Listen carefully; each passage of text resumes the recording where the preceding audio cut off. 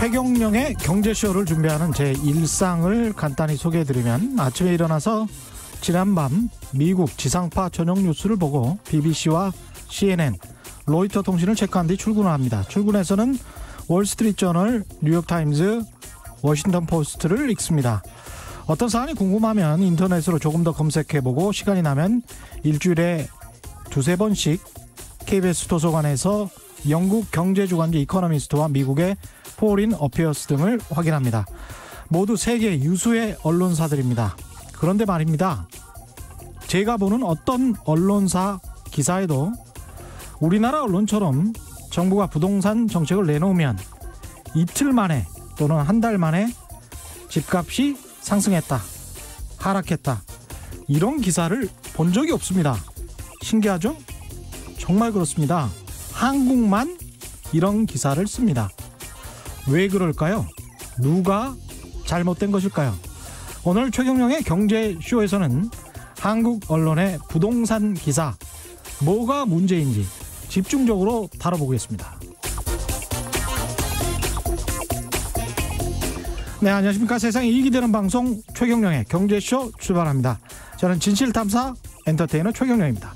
유튜브 오늘도 함께 갑시다.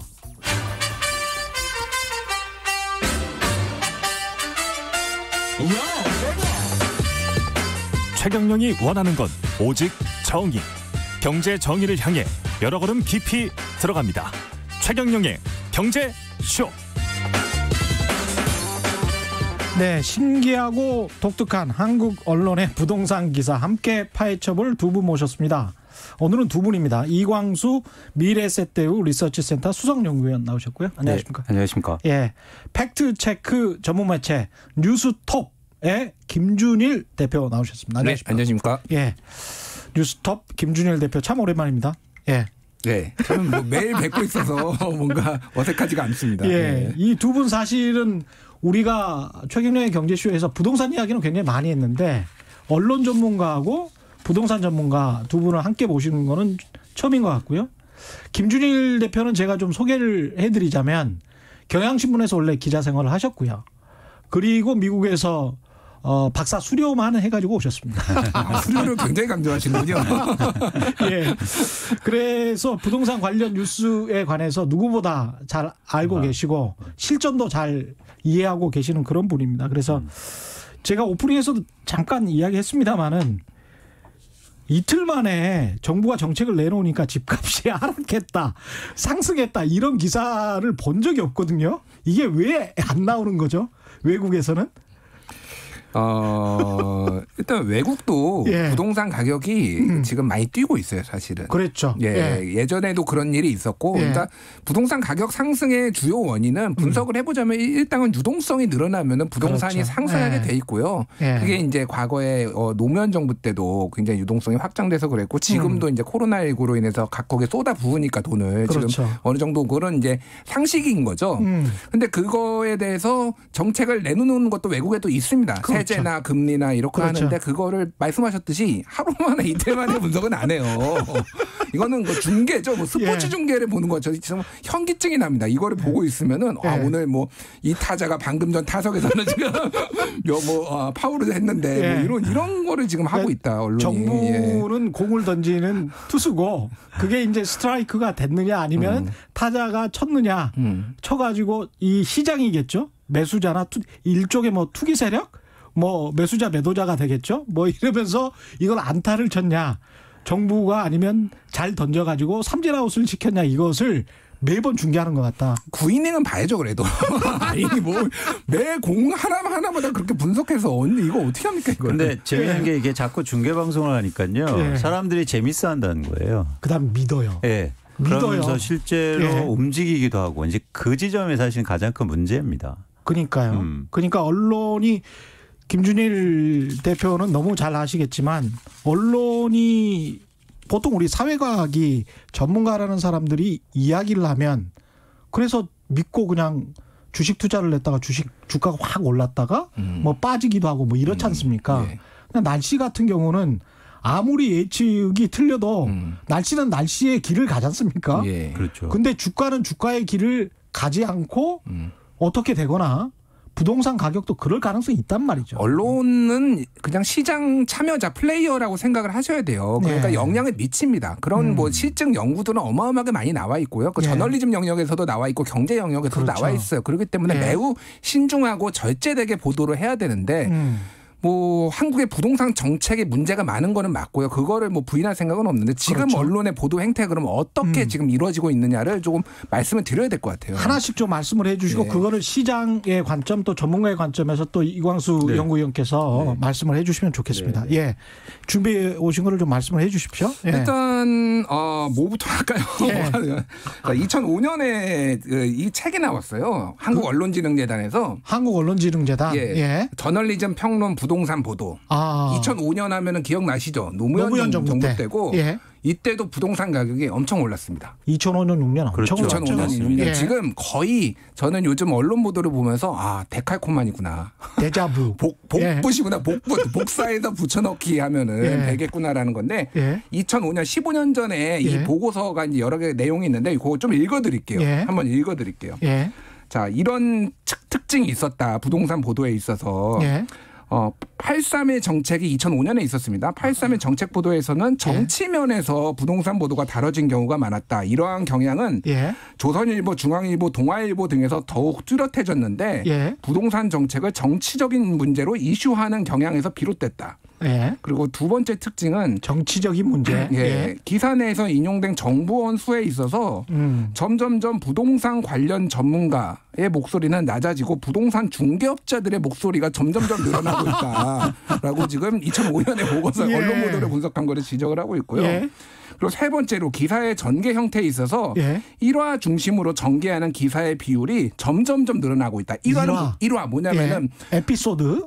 예. 이를테면은 뭐 세금이 오르니까 예. 뭐 집을 뭐 투매를 하는 사람이 급증했다. 뭐 예. 아니면 뭐 이민을 가겠다는 사람이 갑자기 뭐 문의가 그렇죠. 증가했다. 뭐 이런 에피소드 중심의 보도가 점점점 늘어나고 있다라고 2005년도에 지금 그리고 마지막으로 예.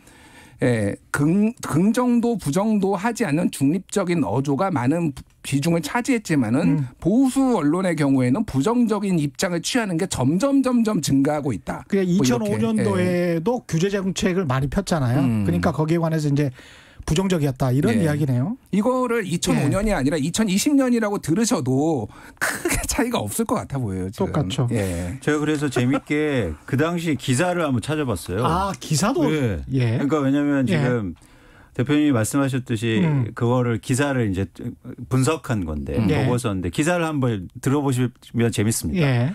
한번 들어보세요. 이게 기사였는데 강남 불패 신화는 절대 깨지지 않을 것이다. 엄청난 세금을 내느니 차라리 자사소손 물려주겠다. 예. 그리고 아무리 세금을 높게 불러도 이 사람들은 팔려고 하지 않는다. 그리고 강남은 영원히 불패다.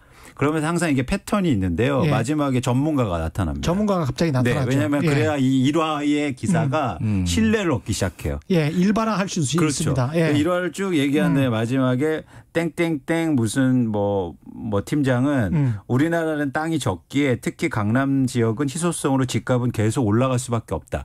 이게요. 근데 몇 년 전 기사입니까 이게? 2006년 11월이요. 거의 비슷한 시기네요. 예. 근데 충격적이게 뭐냐면 2006년 11월이 가장 고점이었다는 거예요. 그렇습니다. 집값이 가장 예. 비쌌을 때. 근데 이런 기사가 나오면서 예를 들어서 저는 문제라고 하는 게 예. 누군가 피해를 볼 수 있다는 거죠. 2006년 11월에 산 사람은 그렇습니다. 굉장히 힘들었죠. 그다음에 2008년 9년에 우리가 금융위기가 있었고 네. 말씀하시겠지만 2010년부터 14년까지 서울 아파트 가격이 그렇습니다. 엄청나게 떨어졌습니다. 네. 그러니까 예. 재미난 게 뭐냐면 그런데 예. 이런 기사를 보고 누가 가장 마음이 급하고 가장 가슴이 벌렁벌렁하냐는 거예요. 집이 없는 사람. 그렇죠. 집이 있는 사람은 집값 오른다고 했을 때 뭐 불안한 게 아니고 좋잖아요. 그렇죠. 근데 집이 없고 세입자고 세에 살고 있는 전세나 월세에 살고 계신 분들이 가슴이 뛰고 막 힘든 거죠. 이런 기사를 보면. 예. 그래서 무리하게 이런 기사나 보면서 기사를 보면서 집을 매수하게 된다는 겁니다. 참 이게 좀 안타까운 게 그 외국 기사들을 보면 부동산 가격에 영향을 미치는 게 뭐 공급도 수요도 있고 그렇겠지만 여러 것이 경제적인 측면도 있지 않습니까? 네. 국제 경제적인 측면도 있고 그런 것들 그다음에 또 이제 그 로컬 그 위치 위치에 따라서 굉장히 또 다르잖아요. 다르죠. 그래서 이제 그런 것들을 다 종합적으로 그래서 요소가 부동산 가격에 영향을 미치는 요소가 최소한 한 5-5가지는 나와요. 근데 제가 모두의 오프닝에서도 말씀드렸다시피 한국 언론은 이상하게 정부 정책이 A면 B나 C라는 결과가 무조건 나와요. 뭐 희한하더라고요, 이게.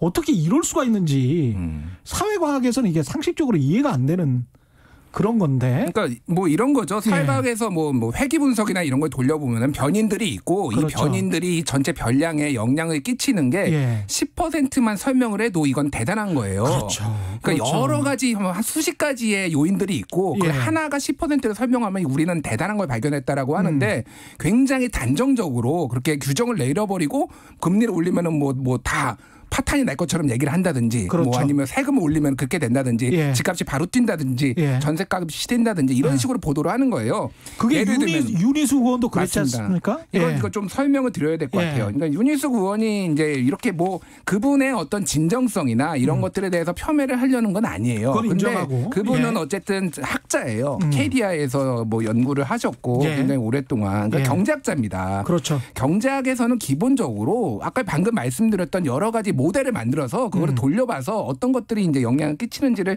탐구하는 거예요. 그런데 그렇죠. 그때 말씀하셨던 거는 너무나 단정적이었습니다. 임대차 3법으로 인해서 전세는 다 소멸되고 월세로 가는 거 대한민국 정부 문재인 정부 책임질 수 있겠습니다라고 말씀을 하셨는데 통계를 보면은 전세하고 월세 비율이 2006년에 전국 기준입니다. 2006년에는 전세가 54.2%, 월세가 45.8%였어요.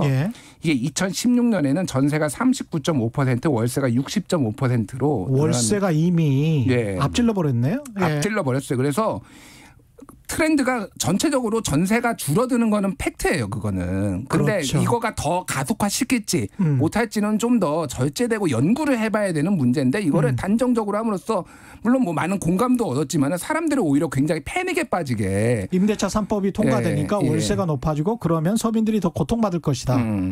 이게 너무 단정적으로 이렇게 얘기를 하는 거죠. 이거는 연구를 해봐야 되고 좀 더 신중하게 접근을 해야 할 필요가 있는데 이런 식의 이제 정치인들의 레토릭도 많고 언론에 단정적인 보도들이 너무 많다라는 거예요. 한국에는. 아까 그래서 정치면에 오히려 부동산 기사가 많이 실렸다. 2005년도에도 지금도 마찬가지인 것 같습니다. 그런 상황이. 이걸 전문가로서 어떻게 보십니까? 이 관련돼서는? 근데 사실은 말씀하신 것처럼 예를 들어서 월세하고 전세만 국한해서 말씀드리면 저희가 좀 고민할 지점이 여러 가지 있다는 거예요. 뭐냐면 사실은 저희가 임차인인데 전국적으로 뭐가 제일 좋은 거냐면 집값이 안정되는 게 제일 좋지 않습니까? 제가 계속 강조하지만 전세가 싸거나 월세가 싸서 무주택자라든지 이게 계속 좋을 수는 없잖아요. 집값이 계속 안정되고 시장이 안정돼야 좋은 건데 한국의 지금 동안 그러니까 근대가 시작되고 해서 지금 동안 집값의 변동성을 가장 크게 일으킨 원인을 전 전세에서 찾고 있거든요. 그렇군요. 왜냐하면 전세 때문에 사적인 대출이 가능했고 그렇습니다. 그러다 보니까 투자나 투기 목적의 수요들이 시장에 많아진 거죠. 그러니까 전세가 사적인 대출이라는 것이죠. 그렇습니다. 개인이요. 투자로 집을 사는 사람은 많지 않아요. 그렇죠. 예를 들어서 그러니까 가정주부나 뭐 직장인이나 아니면 이런 분들이 남성분들이 그냥 아파트의 투자 목적인 직업을 가진 사람은 없단 말이에요. 그렇죠. 왜냐하면 먹고 살기도 바쁜데 투자하려면 대출을 일으켜야 되는데 대출의 기본은 뭐냐면 인컴이 있어야 됩니다. 소득이. 그렇죠. 그래서 미국 같은 경우 보면 서브프라임이 왜 일어났냐면 소득이 낮은 사람한테 대출을 일으켰기 때문에 문제가 생긴 거예요. 영화에도 나왔습니다만 술집 여종원까지도 뭐 너다섯 채를 가졌잖아요. 그렇습니다. 나쁜 집에 대출해 준 게 아니고. 그래서 그 신용자의 대출자의 신용도가 가장 중요한 요건인데 만약에 직업이 없으면 그럼 대출을 못 받을 거 아닙니까? 그렇죠. 그런데 한국에서는 직업이 없어도 대출이 가능했던 거예요. 왜? 전세 때문에. 그러네. 그러니까 집을 투자로 하는 사람들이 엄청 많아지게 된 거예요. 그러면 이거를 다르게 한번 해석해 보죠. 예를 들어서 전세가 한국에서 점차적으로 없어진다고 하는 건 뭐냐면 투자하는 사람들이 그만큼 없어질 가능성이 있다는 겁니다. 사적 대출을 못 하니까. 그렇습니다. 전세금을 못 받으니까. 그렇습니다. 우리가 사실 2015년부터 갭 투자라는 단어가 생겼습니다. 그렇죠. 그 전에는 갭 투자라는 단어가 없었어요. 맞습니다. 그래서 언론에서 KBS 9시 뉴스가 2015년 8월에 이런 단어가 들어보셨어요? 이러면서 이제 뉴스를 하는 거예요. 그렇게 신기한 단어가 갭 투자였는데 지금은 다 일반적으로 다 그렇죠. 알고 있잖아요. 그래서 예. 저희가 통계적으로 보면은 항상 집값이 오르기 전에 먼저 전세 가격이 오릅니다. 예. 전세 가격이 오르니까 내 돈을 적게 들여도 집을 사니까 시장에 수요자들이 많아지게 되는 거죠. 그러면서 집값이 앙등하게 되는 그런 어떤 단초를 제공하거든요. 항상 전세 가격이. 근데 전월세 상한제라든가 이런 보장 제도가 나오면 전세를 무작정 올리지 못할 거 아니에요. 예. 그러니까 레버리지가 안 되는 거죠. 대출이. 그래서 이 높은 가격을 지탱하기에 계속 대출이 제한돼. 그러니까 이런 여러 가지 가능성들에 대해서 우리가 논의하고 이야기해야 되는데 예. 단순히 월세가 증가해서 막 매월 내는 돈이 많아진다. 그래서 서민들이 더 어렵게 된다라는 예. 그런 어떤 일방적인 해석은 저희가 좀 고민할 필요가 있다는 거죠. JBK님, 언론이 막장이라는 건 의식 있는 국민들이면 누구나 공감을 합니다. 그런데 정부도 4년째 부동산을 잡고 있는데도 최고점에서 변동 없도록 만들고 있는 상황은 대체 어떤지요? 부동산으로 인한 사회 문제에 대해서는 누구도 언급을 하지 않는 현실. 정부 비판도 같이 좀 해야 바뀝니다. 지치도록 안 하고 못하는 정부. 정부에 관해서도 정부 정책에 관해서도 비판적인 시각이 많습니다. 요 관련해서도 조금 짚어보고 그다음에 언론 문제를 계속 이어가도록 하죠.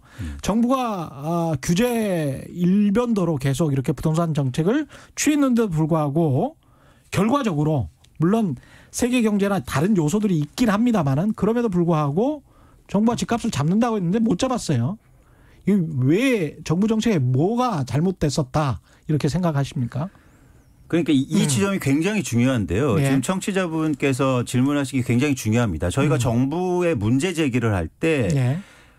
너희들 다주택자야라고 문제 제기를 해서는 안 되죠.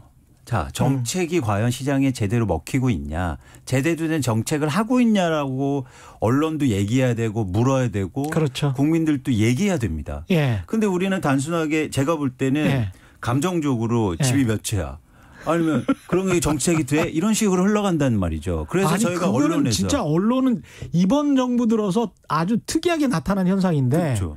박근혜 정부 때 사실 안종범 수석이랄지 경제수석 개포동 현대 아파트 소유자고 저기 최경환 부총리도 서초동의 이편한 세상 아파트 소유자였거든요. 근데 그때는 그렇게 살아서 그래서 빚내서 집 사라는 정책을 하는 거야? 라고 문제 제기를 하는 언론이 없었어요. 그리고 그게 굉장히 비상식적인 문제 제기입니다. 그러니까 공직자나 언론인들이 아무리 자기의 어떤 포지셔닝, 계층적인 이해관계가 달려있다고 하더라도 양심에 따라서 어떤 보도를 하고 그리고 정책을 펴나간다라고 일단 믿을 수밖에 없는 거거든요. 그러니까요. 예. 최기님 되게 재미있는 게 그 당시에 기사들을 보면요. 아주 재미난 게 정책에 대한 분석을 해요. 그때는. 네.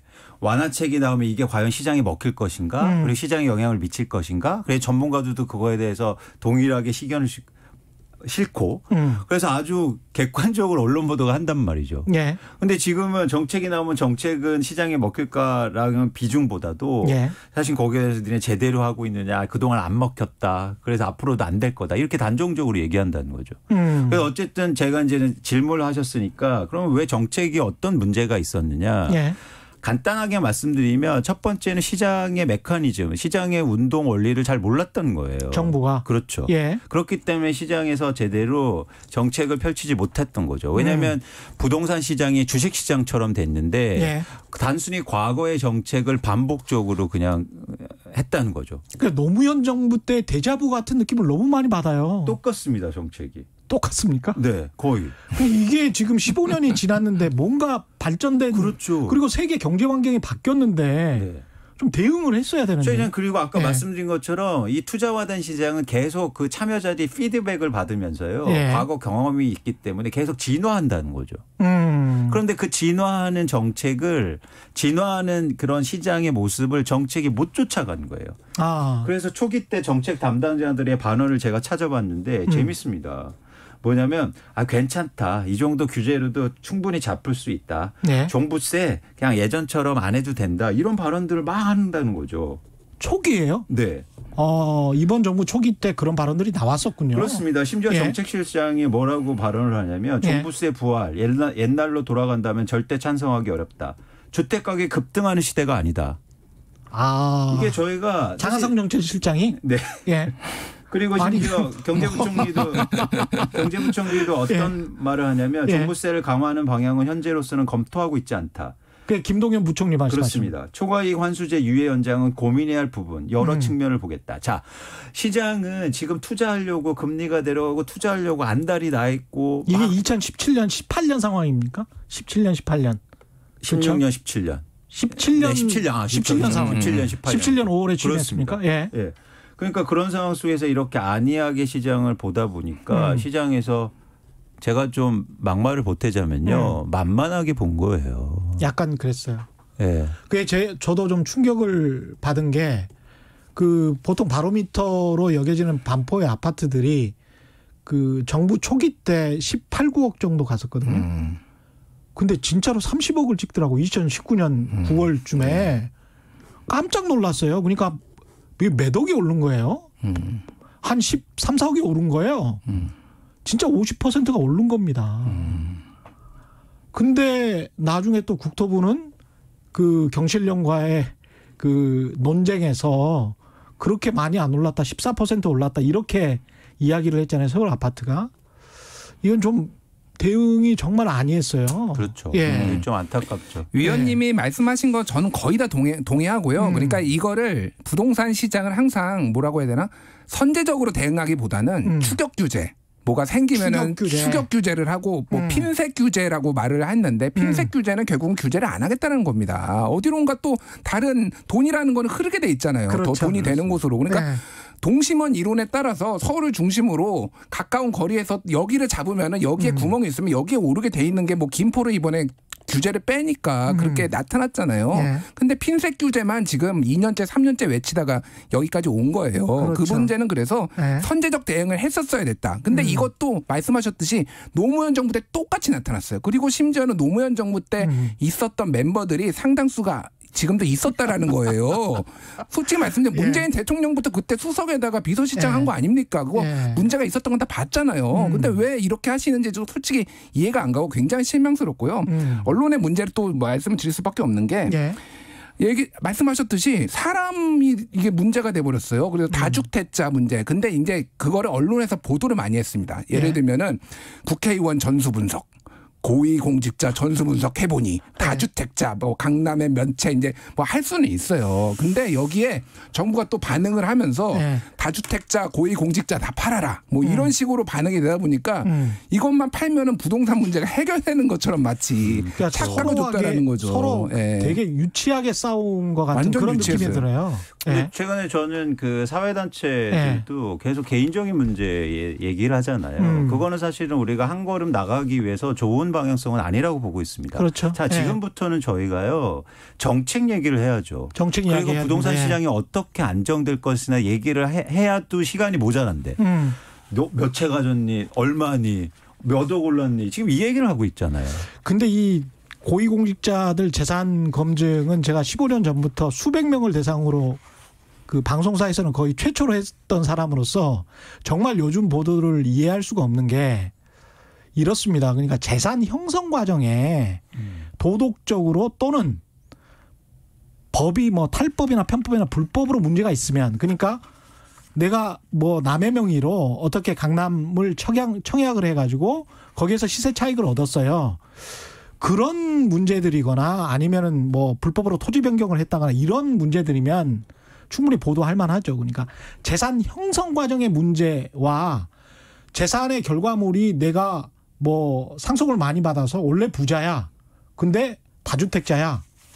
어떻게 하라는 거죠? 이런 식으로 보도를 한 적은 없었거든요. 그렇죠. 이번 정부 이전에는 없었어요. 그러니까 그런 거는 굉장히 좀 뭐랄까 고의적인 느낌이 많이 든다. 그런 생각이 듭니다. 그래서 여론도 사실은 감정적으로 흐르는 겁니다. 그러니까 이게 정책이나 이런 데서 어떤 그런 논의들이 이루어지고 여론도 형성돼야 되는데 감정적으로 하다 보니까 일방적으로 확 달라지는 거예요. 그게 좀 안타까운 거예요. 그래서 노영민 실장이 뭐 결국은 나 팔라고 해서 이 난리가 났는데 지금 이 무슨 코미디인지 새로 수석들이 왔는데 이들은 다 사실상 1주택자다 이런 거를 해명을 하고 있으니까 이게 그렇죠. 지금 얼마나 한심하게 거죠. 지금 대한민국 정부 정책 부동산 정책이 흘러가는 거를 알 수가 있고요. 다주택자의 악마화 뭐 이거를 악마화라고 부르든 문제화라고 부르든 문제가 없는 건 아니지만은 그거를 부동산 정책하고 등치시키면 안 돼. 그거는 윤리의 문제, 공직자 윤리의 문제로 보고 그거는 그거대로 대응하고 부동산 정책은 부동산 정책대로 분리해서 봐야 된다라는 거는 명확해야 됩니다. 그러니까 정부 초기 때 김현미 장관이 취임하면서 다주택자들이 투기 세력이 집값 앙등의 원인 이렇게 확 찍어서 말을 해버렸거든요. 그러니까 거기에서 벗어나지를 못한 거예요. 근데 그 중간에 임대사업자는 또 양성하겠다고 또 왜 그래요 그러면은. 그 이야기를 해 주십시오. 그게 그 일관성은 왜 못 지켰는지. 노무현 정부 참여정부 때 어떤 일이 있었냐면 정책의 기조가 뭐냐면 그 투기 수요자들을 규제하는 게 목표였어요. 그러다 보니까 종부세를 강화하고 양도세를 강화하고 이렇게 쭉 가죠.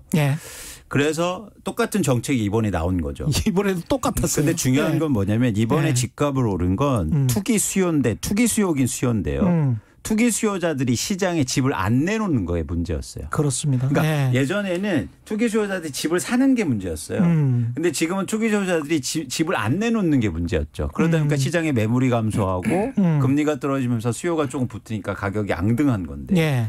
그런데 거기다 대고 임대사업자 등록을 통해서 물량을 더 안 나오게 만들었다는 거죠.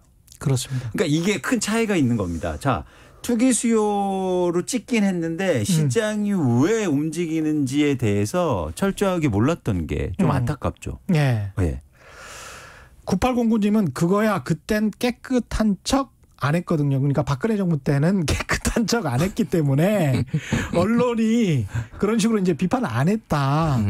그런데 이것도 이제 뭐랄까요. 제가 아까 김현미 장관이 다주택자들을 약간 악마시켜서 취임 초부터 이렇게 이야기를 하고 단정을 해버린 게 그게 나중에 이제 자승자박 부메랑이 됐죠. 부메랑이 된 측면이 있습니다.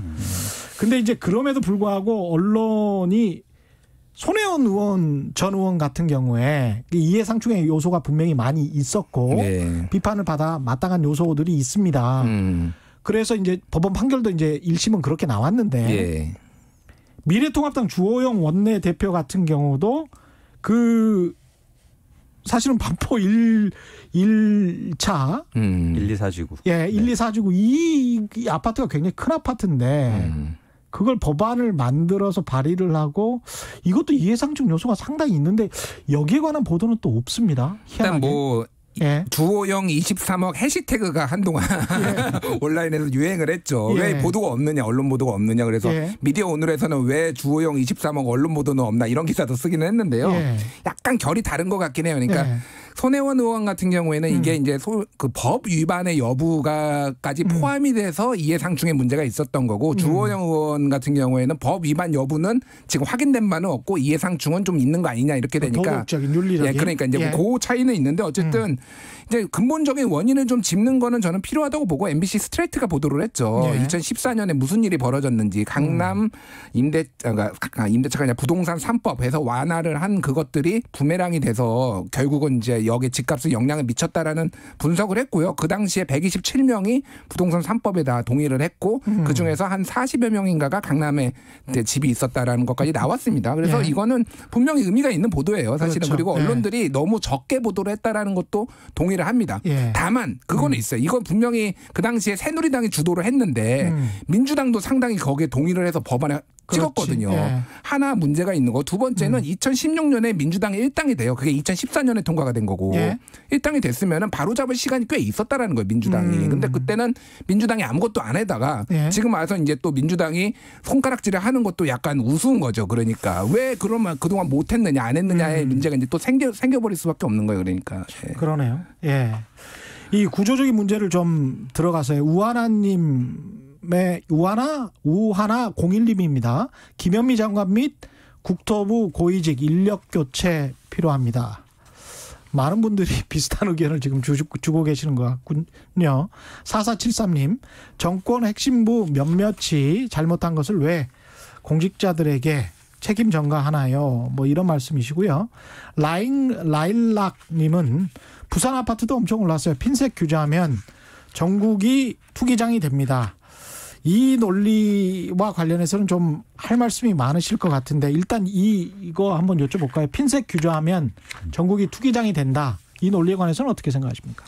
아까도 말씀을 이제 잠깐 하셨는데요. 예. 지금은 금리가 저금리 상황이고 유동성이 확대되는 구간 속에서 예. 일종의 거대한 파도가 밀려오는데 정부가 핀셋 규제로 대응하면 그게 대응이 되냐는 거죠. 당연히 다른 쪽에 영향을 미칠 그렇죠. 거고 예. 계속 투기자들이나 투기 수요들은 계속 몰려다닌다는 거죠. 예. 그래서 최근에 보시면 대표적으로 수원이라든가 청주라든가 이런 데 보면 다주택자들이 법인이고 임대사업자도 막 몰려들어서 집을 막 사거든요. 예. 그러면서 심지어 한 달 만에 집을 팔아버리고 이런 어떤 양상이. 집 사서 한 달 만에? 그렇습니다. 예. 그러니까 전형적으로 이게 주식시장화돼 있기 때문에 예. 주식시장을 규제하거나 할 때 핀셋해서 규제하거나 완화해 주거나 뭐 그렇진 않잖아요.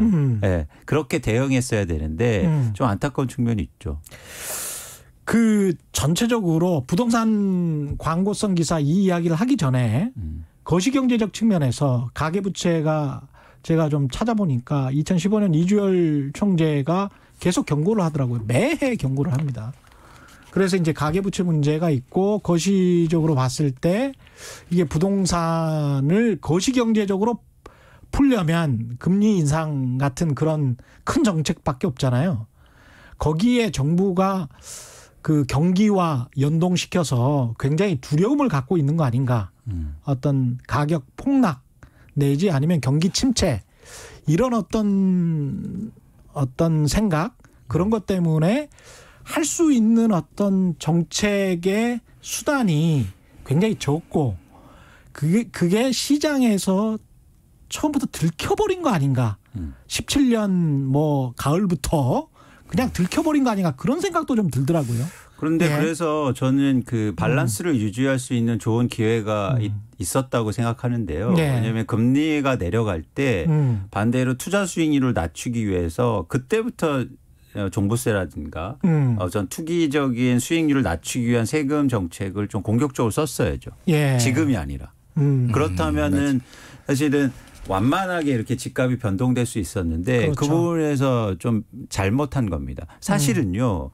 전국적으로 저희가 집값이 오르지 않았어요. 많이. 맞아요. 그래서 최근에 신문에 보시면 한국 집값이 전 세계에서 그렇게 많이 안 올랐다는. OECD 보고서에 나오는 게 그렇습니다. 예. 서울도 그렇게 할 수 있었죠. 그런데 아까처럼 핀셋 대응으로 대응하자 보니까 이 거대한 물결을 막지 못한 거예요. 거대한 물결을 맞으면 최소한 성이라도 지어야 될 거 아닙니까? 그러니까 속마음은 경기 부양, 그다음에 경제 성장률 여기에 관한 뭐랄까요 압박감 같은 게 있었던 것 같아요. 그런데 제가 이게 볼 때. 부동산을 항상 건설 경기하고 자꾸 연관하기 때문이거든요. 왜냐하면 예를 들어서 GDP에서 한 10% 정도 차지하고 그리고 매년 200만 명이 건설업에 취업하는데 혹시나 건설업이 나빠져서 경기가 나빠지지 않을까라는 어떤 내재적인 두려움이 경제 전문가들 아까 말씀드린 그분들이 다 경제 전문가들이잖아요. 그런 것들이 좀 내재적으로 있었다는 게 저희 생각입니다.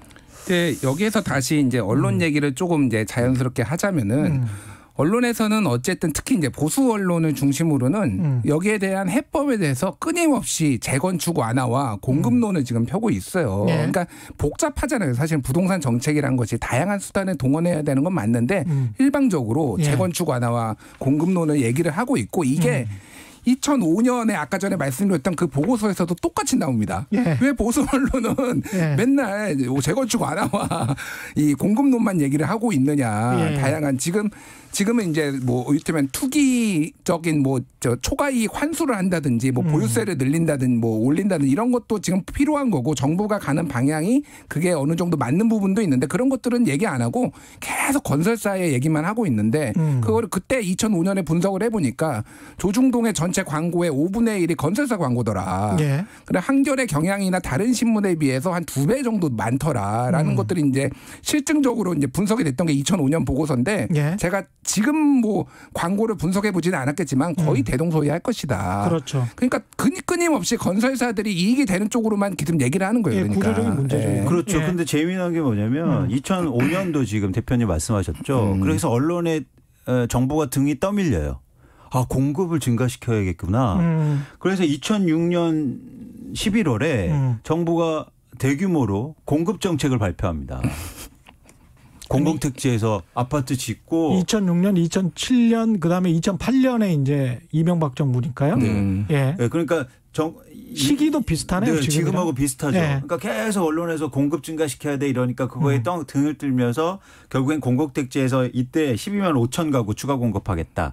그러면서 또 어떤 일이 벌어지냐면요. 민간 건설사들이 PF를 늘리는 걸 용인해 줘요. 그래서 민간 건설사들이 땅을 엄청나게 샀단 말이에요. 예. 근데 중요한 게 이때가 사실은 과정 고점이었지 않습니까? 그렇죠. 꼭 그래서 줬어. 비싸게 땅 사고 예. 공급도 하다 보니까 나중에 또 사이클을 많이 만들고 그 이후로 미분양이 엄청나게 그렇죠. 났습니다. 예. 100대 건설사 중에서 30개 정도가 부도가 납니다. 구조조정에 들어가요. 그 예. 이후로. 예. 그러니까 사실은 저희가 이 공급 논란도 여러 가지 할 말씀이 많은데 결국엔 그렇게 언론이 밀다 보니까 정책이 또 거기에서 따라하고 사실 본질은 아닌데. 본질은 아니에요. 사실은 왜냐하면 공급이 부족하지 않았던 적은 없고 그렇습니다. 그다음에 공급을 늘리지 않았던 적도 없습니다. 예. 지금 한국 서울 아파트 역사상 한 번도 그런 적이 없어요. 계속 공급 늘려왔고 그때마다 건설산업연구원에서는 공급이 부족하다고 계속 보고서가 나왔습니다. 그렇습니다. 예. 근데 그 세계 경제의 어떤 패턴 그리고 다른 요인들 때문에 분명히 한 5년 동안은 또 떨어졌었단 말이죠. 그리고 이렇게 떨어지면서 그리고 정부가 새로운 정책을 내놔요. 이명박 정부, 박근혜 정부. 그게 어떤 이연 효과라고 할까요?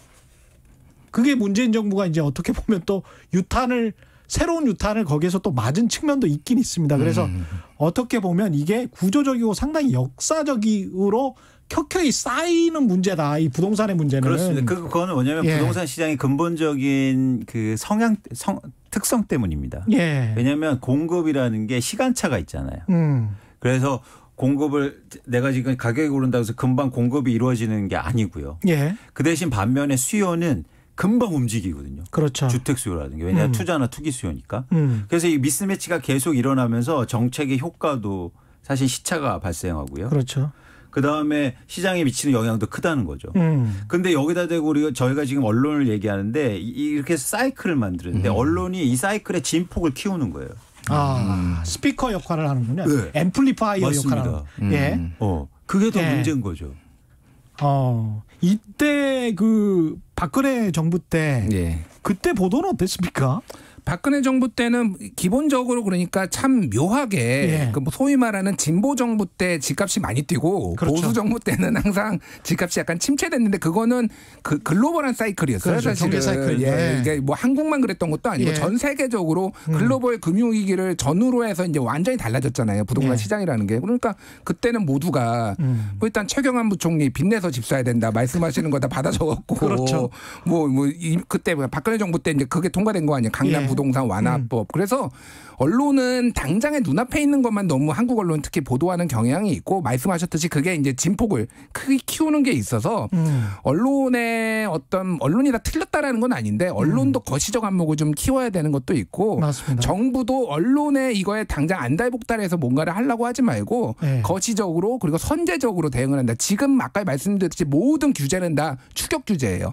사태가 벌어지면은 그러는데 이거를 조금만 보면은 패턴이 어쨌든 보이는 거 아니에요 지금. 그렇습니다. 앞으로 예. 어떻게 될지가 그러면은 선제적으로 먼저 어느 정도 조치를 해서 이런 타격을 완화시키는 방향으로 가야 되는데 계속 뒤에서 규제를 하다 보니까 앞서 나가고 투기꾼은 앞서 나가고 지금 이런 문제까지 여기까지 오게 된 거예요. 그러니까. 그리고 또 한 가지는 이제 이광수 수석연구위원 같은 경우는 이제 미래에셋 그 금융사 소속이라 컴플라이언스라고 해서 명확하게 윤리적인 규정이 있거든요. 근데 이제 한국의 부동산 전문가들을 보면 그래서 증권사의 애널리스트들은 본인들이 주식을 분석을 하고 주식을 살 수가 없잖아요. 네. 법으로.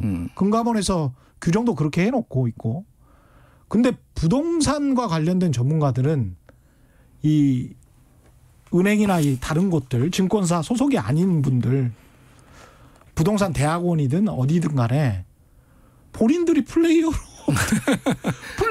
하면서 네.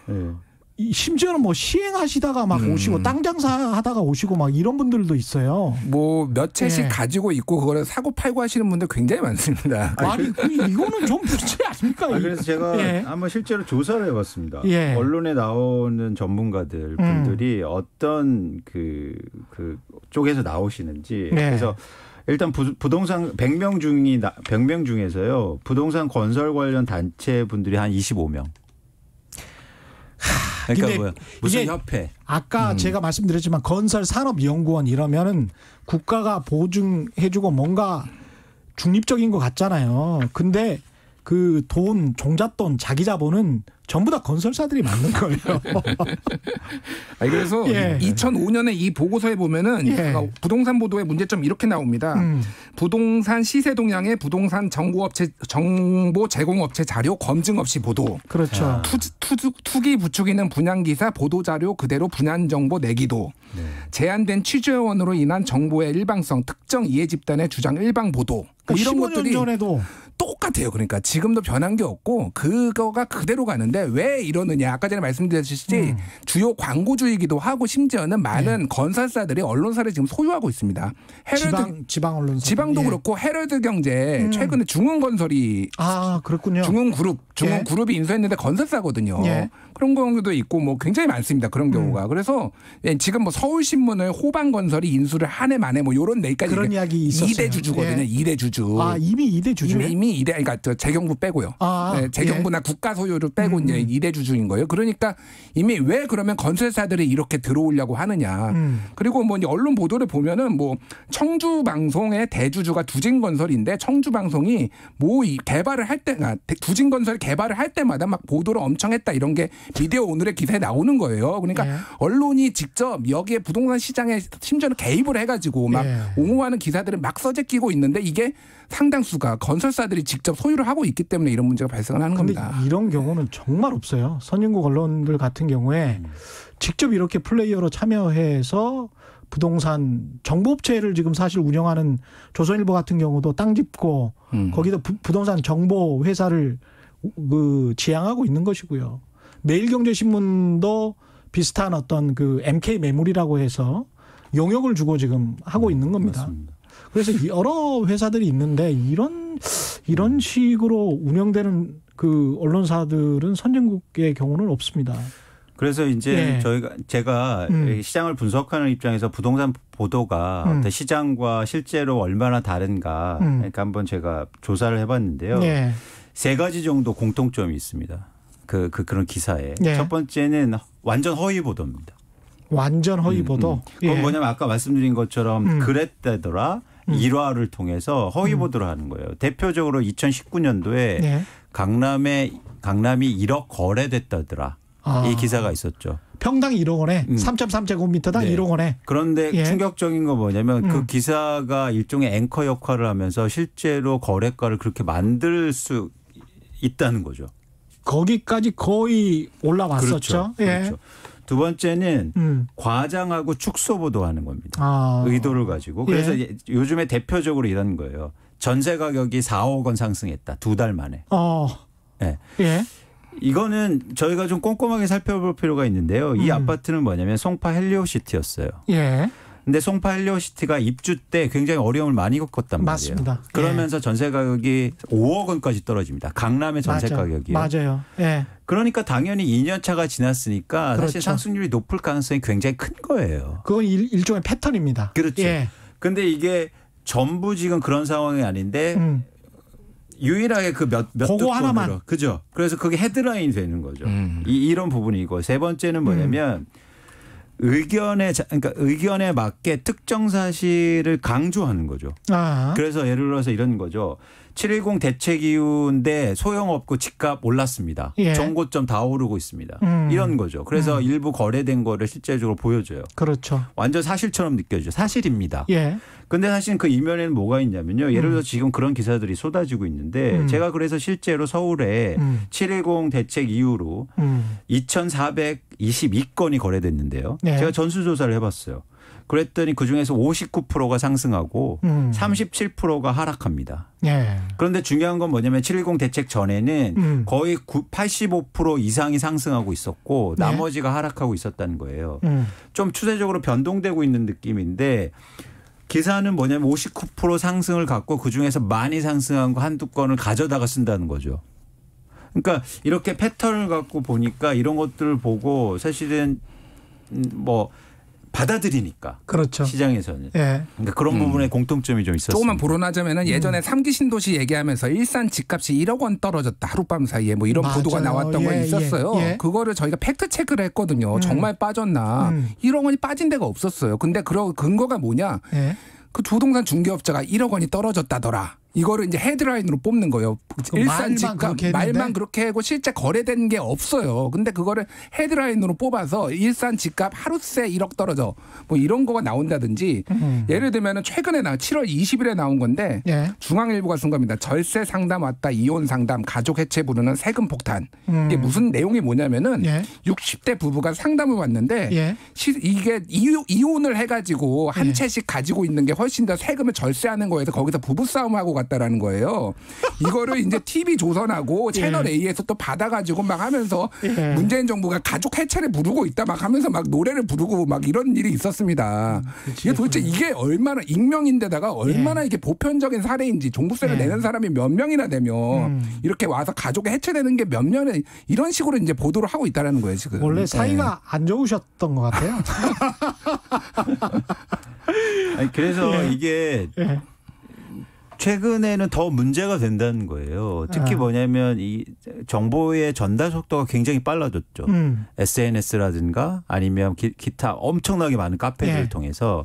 근데 기본적으로 언론이 갖고 있는 신뢰가 있기 때문에 이거를 근거로 얘기하면 모든 사람들이 다 믿는다는 거죠. 그렇습니다. 그러면서 전파 속도 예전에는 사실 신문 보는 사람들이 많지는 않았잖아요. 근데 지금 SNS로 막 돌아다니면서 이게 증폭되고 또 댓글이 달리고 이러면서 사람들이 심리를 막 움직이고 있는 거예요. 그렇습니다. 그 두 분께서 부동산 기사 읽는 방법 이렇게 좀 읽었으면 좋겠다. 팩트를 좀 구별하는 방법 그리고 어떻게 하면은 그래도 무주택 서민들 입장에서는 거기에서 정보를 또 얻어야 하니까요. 예. 어떻게 조언하시겠습니까? 기사 읽지 말라고 솔직히 말씀드리면은 기사 읽지 말고요. 그냥 최경영의 경제쇼 들으시라. 이게 답인 좋습니다. 것 같아요. 제가 보기에는. 저는 우선 어떤 뉴스 기사를 보시고 전문가 의견을 들으실 때 사실과 의견을 구별해서 들으셔야 돼요. 근데 이게 자꾸 혼동돼서 기사를 쓰거나 말하거나 받아들일 때도 그러시거든요. 그래서 어떤 게 사실이고 어떤 게 이 신문의 의견인지 이런 것들을 명확하게 구분해서 보실 필요가 있죠. 그리고 또 하나 뭐냐면 다양하게 의견을 들으실 필요가 있습니다. 너무 일방적으로 쏠리면 당연히 안 되고요. 그렇습니다. 이건 보편적인 이야기고요. 또 하나는 뭐냐면 숫자에 좀 관심을 가지셨으면 좋겠어요. 숫자에 관심 가져. 거의 끝났습니다. 오늘 뭐 두 분이라서 굉장히 또 많은 말씀을 더 하셔야 되는데 나중에 한번 더 뭉치죠. 알겠습니다. 알겠습니다. 그 이광수 미래세대우 리서치센터 수석연구위원 그리고 팩트체크 전문 매체 뉴스톱의 김준일 대표였습니다. 고맙습니다. 감사합니다. 정권 재창출님은 집값 떨어져도 정권 욕해요. 이렇게 말씀하시네요. 이것도 맞는 말인 것 같습니다. 떨어지면 또 욕할 겁니다. 저희가 준비한 최경련의 경제쇼는 여기까지입니다. 저는 KBS 최경련 기자였고요. 지금까지 세상에 이익이 되는 방송 최경련의 경제쇼였습니다. 고맙습니다.